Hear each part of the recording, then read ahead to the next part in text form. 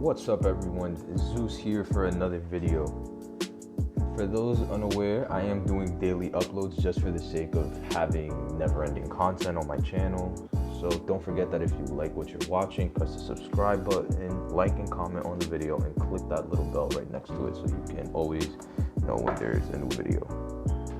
So guys, here I have some gameplays of mine from my legendary rank sessions. The first match, as you can see, is Violinist, and for some that don't know, I'm currently a top hunter in the NAAU server, as well as the 5th Violinist of the server. As you can see, the Seer did a really good job at hiding from me early game, while Meg, Grave, and Prospector are cipher rushing. Do hit a good note on him, so, gotta give myself some props. But yeah, anyways.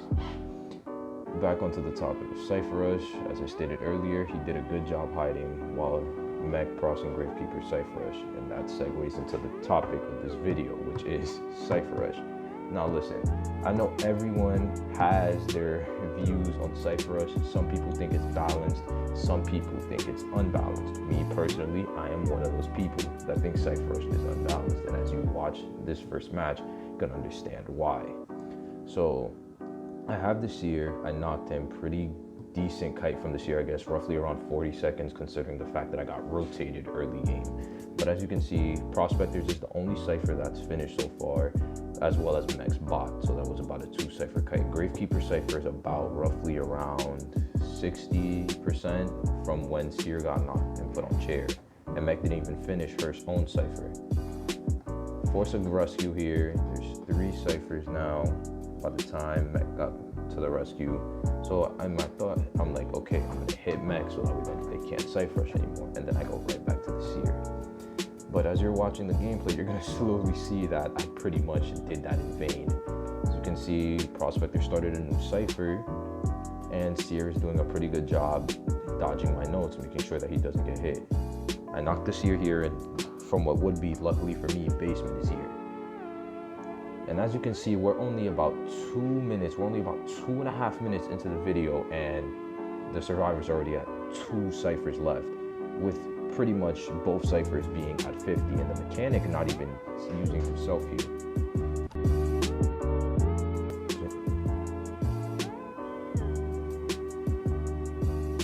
Now the mechanic not even using herself heal, because she's just trying to maintain the cipher rush, so it's like, she has to do what she has to do. Gravekeeper gets a sneaky rescue, so good job on the Gravekeeper. But me, I'm trying to get this win, so I try to sack. I fail. I hit the Grave again. I try to hit the Seer, and this is new for me too. While I was editing the video, I saw that I didn't even hit the Seer. I double hit the Gravekeeper.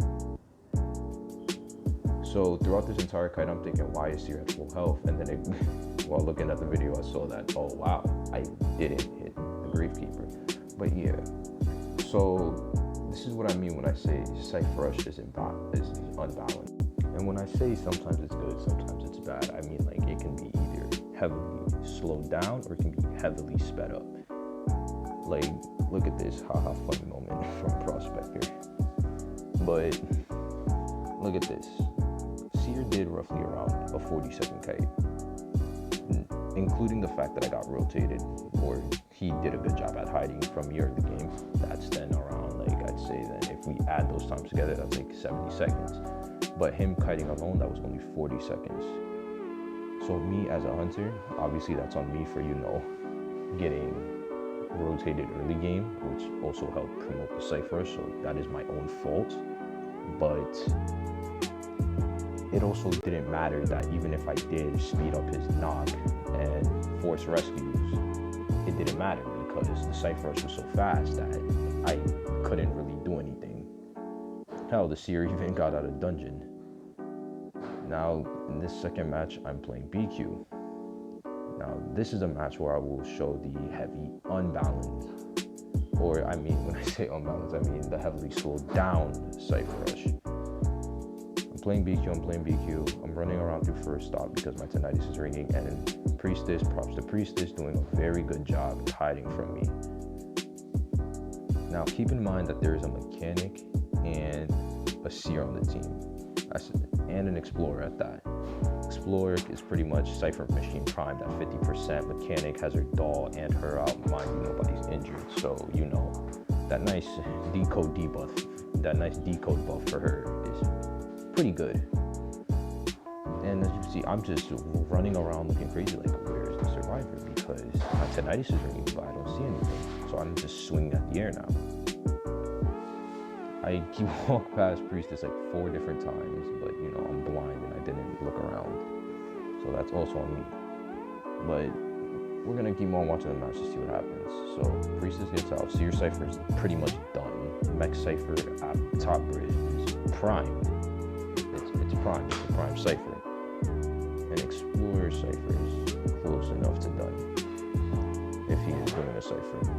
I'll show later in the gameplay. So I'm on the mech. She lets me disrespect her palette. And here I use my blink, but I aim it wrong because I knew she would try to block with the thing. And sorry for that little notification right there. I'll see if I edit it out. Probably won't because, you know, I already mentioned it. But yeah. I knew that she would use her bot to body block for the blink, so what I decided to do was I decided to aim in the exact opposite direction so that I can speedily knock and then knock her bot. I forced an early rescue on the Explorer. The Explorer has Tide Turner, so that makes up for the lack of rescuers. And Mechanic goes to Global Portal. Now keep in mind, I got rotated for roughly around the first 70 seconds of the game, and currently nobody's decoding. Seer and Priestess are both trying to heal the Mechanic. Mech doesn't have a doll that's out. She's on the ground getting healed, and Explorer is currently looking on the ground to get pages. Here I get a bit lucky because Seer tries to owl, and I go for the instant pickup. So I hit Seer once, and I say, you know what, let me go for it again. I don't know how that hit, but we take those. And yeah, so now Seer can't rescue me. The only person that can rescue is Priestess. Now keep in mind, there's still nobody decoding besides Explorer looking for pages to pop ciphers. Seer is currently running to a cipher. Mech doesn't have her doll out, and Priestess is trying to rescue. And this is what I mean when I say Cipher Rush can be heavily slowed down depending on the survivor's plays. We see in the previous match that the Mechanic didn't even bother popping her self-heal because she stayed loyal to the Cipher Rush. She stayed loyal to making sure that the ciphers got done. And what happened endgame? They managed to get the win. In this game, however, we see the survivors are not prioritizing the Cipher Rush. The survivors are trying to prioritize the life of their teammates, with both Seer and Priestess not decoding to try and heal the Mech, only for it to be in vain because Mech still got downed. And Mech is now still going to be put on a chair and is going to die. All that time that they used to heal the Mech, they could have used the Cipher Rush, because now the next person that goes down, both Explorer and Priestess are injured, so nobody can go for rescue. And even if they try to heal, I can always just harass with my mirror. And this is what I mean, again, when I say that Cipher Rush is heavily imbalanced. It can be either heavily sped up or heavily slowed down. If you prioritize the Cipher Rush, it's near close to impossible to win. If you prioritize the life of your survivors, if you're playing Survivor, you get punished heavily for trying to protect your teammates. Unless you're like a forward or a cowboy or somebody who's built to harass. If you're a non-harassing character trying to extend the life of your teammate, you get punished for it as a survivor. And as a survivor with these abilities, that's what you're supposed to do. But in Sim. Because now look, I have Seer knocked, and now I mirror over to where the Explorer and Priestess are healing. I use my mirror, I get a boosted mirror hit on the Priestess. That mirror shouldn't have hit, but it did. And now they have nothing to do. Priestess is down, Explorer has to heal, and I can just freely leave. I can just leave the Seer because I know nobody can come for rescue. If they even attempt to come for rescue, Seer is dead, so there would be no point. And this is what I mean. Look, we're prioritizing the Mechanic's life so much to the point where they completely forgot about the Cipher Rush, and it screwed them over endgame. Whereas in the previous match, they prioritized the Cipher Rush so much that their endgame was secured in the bag. The Seer's life wasn't in danger because of how quickly they Cipher Rushed. And I think that's the problem with this game. If you don't cipher rush to the extent that the game wants you to cipher rush, you get punished. But if you do cipher rush to the extent that the game wants you to cipher rush, it's clear nose to impossible for hunters to win the game unless somebody just severely messes it up and just throws. Like if they get terror shocked while rescuing or something.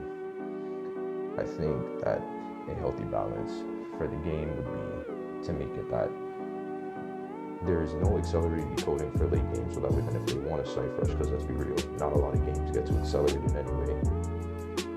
Or if they want to keep accelerated, make it 6 ciphers on bigger maps, since there's more area to transition. Something, I don't know. These are just my ideas. You guys are free to discuss in the comments.